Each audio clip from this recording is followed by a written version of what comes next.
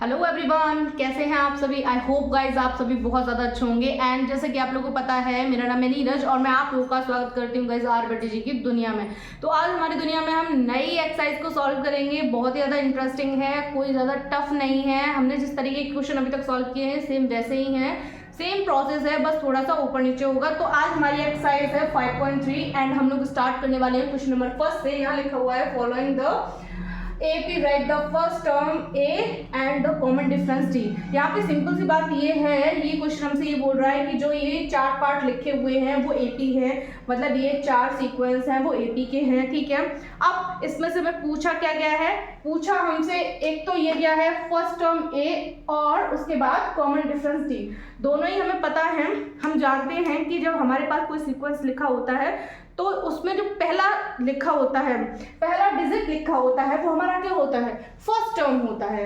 यानी कि यहाँ पे अगर हम देखेंगे तो सॉल्व करेंगे तो सॉल्व में देखेंगे फर्स्ट वाले पार्ट को, तो यहाँ लिखा है -5, ठीक है, -1, ठीक है, 3, ठीक है, और उसके बाद 7 लिखा है और डॉट डॉट डॉट, ठीक है। तो यहाँ पे हम देखेंगे कि ये हमारा क्या है, A1 है, ये क्या है, A2 है, ये क्या है, A3 है, ये क्या है, A4 है, और इसके बाद लास्ट तक जहां तक हम चल सकते हैं वहां तक हम चलेंगे। ओके, तो हमें यहाँ तक की सीक्वेंस दिया हुआ है, हमने अपने सीक्वेंस को देखा, उसके अकॉर्डिंग हमने अपने A1, A2, A3, A4 भी पता कर लिए, ठीक है।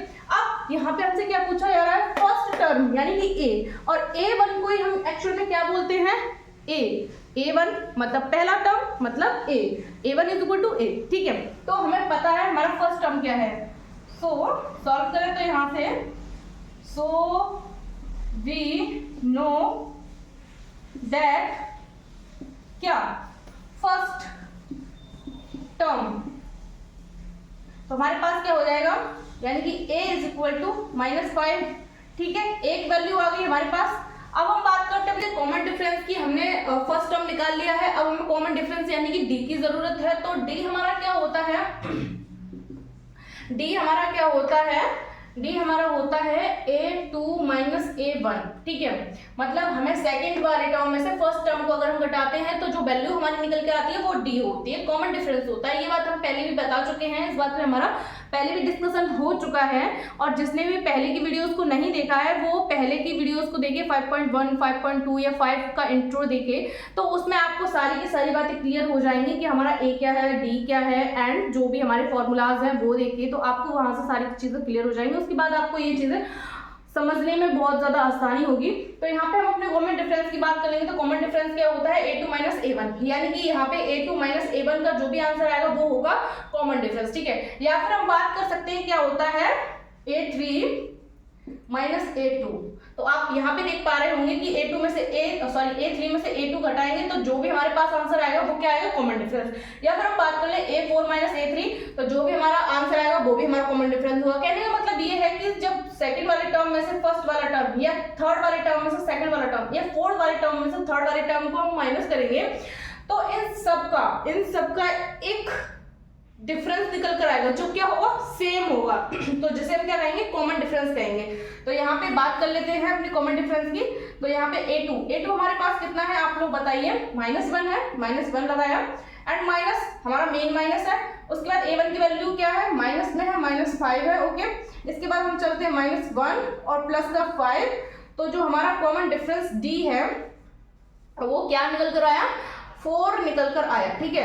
तो ये हो गया हमारा क्वेश्चन नंबर फर्स्ट का फर्स्ट पार्ट कंप्लीट, आप लोग देख सकते हैं। एंड इसके बाद हम बात कर लेते हैं सेकंड वाले पार्ट की। तो यहाँ पे हमारा ये वाला सेकंड पार्ट है, ठीक है। तो सेकंड वाले में क्या है, सेम है हमारे पास, यहाँ पे लिखेंगे सेकंड पॉइंट, ठीक है, कितना है, 1.5 है, 3/5 एंड 7/, ठीक है। अब यहाँ पे हम देखेंगे तो यहाँ पे हमारा फर्स्ट टर्म क्या होगा, फर्स्ट टर्म A जो है वो क्या है, यही तो है, सिंपल सी बात है, जो पहला लिखा है वही हमारा फर्स्ट है, तो 1/5 हो गया, ओके। अब बात करते हैं हम इसकी किसकी, बात करेंगे अपने कॉमन डिफरेंस की, जो हमसे पूछा गया है नेक्स्ट। तो कॉमन डिफरेंस कैसे निकालते हैं हम लोग, जो हमें बहुत आसानी से आता है, डील करेंगे। तो D क्या होता है, A2 A1, जो कि मैंने अभी अभी आपको बताया है, ठीक है। तो इसकी वैल्यू हम बहुत ही आसानी से निकाल लेंगे। रखो, A2 की वैल्यू क्या है, 3/5, और A1 की वैल्यू क्या है, 1/5, माइनस कर लो, नीचे का दोनों सेम है मतलब कोई प्रॉब्लम नहीं है हमें, ऊपर माइनस कर लेंगे तो 3 में से बन गया तो कितना गया 2/5, तो डी हमारा निकल कर आया 2/5। तो आपके फर्स्ट पार्ट और सेकंड पार्ट दोनों कंप्लीट हो चुके हैं, अब आप इसे नोट डाउन कर सकते हैं।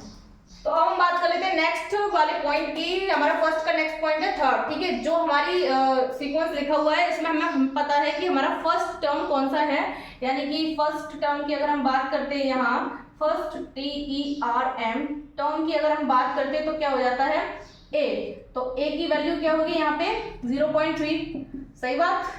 तो a इज इक्वल टू क्या निकल कर रहा है हमारे पास 0.3, ठीक है।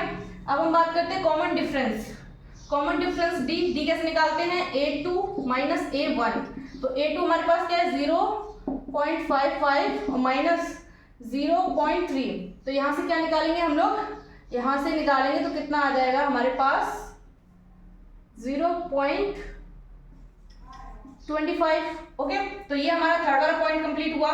तो बात करते हैं फोर्थ वाले पार्ट की। तो यहाँ पे फोर्थ वाले पार्ट में हम लोग फर्स्ट टर्म देखेंगे तो हमें फर्स्ट टर्म बहुत अच्छे से दिख रहा है क्लियरली, फर्स्ट TERM टर्म यानी कि a इज इक्वल टू क्या हो जाएगा -1.1, ओके।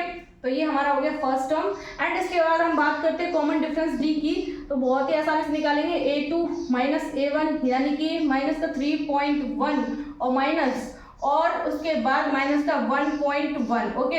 अब इसके बाद हम इसको इजीली सॉल्व कर पाएंगे, तो 3.1 माइनस माइनस हो गया प्लस और 1.1 माइनस करेंगे तो कितना आ जाएगा 1 में से बन गया 0, पॉइंट की पॉइंट लग जाएगी और 3 में से 2 गया, सॉरी 3 में से बन गया 2 और माइनस एज इट इज यानी कि d इज इक्वल टू ये निकल कर आया।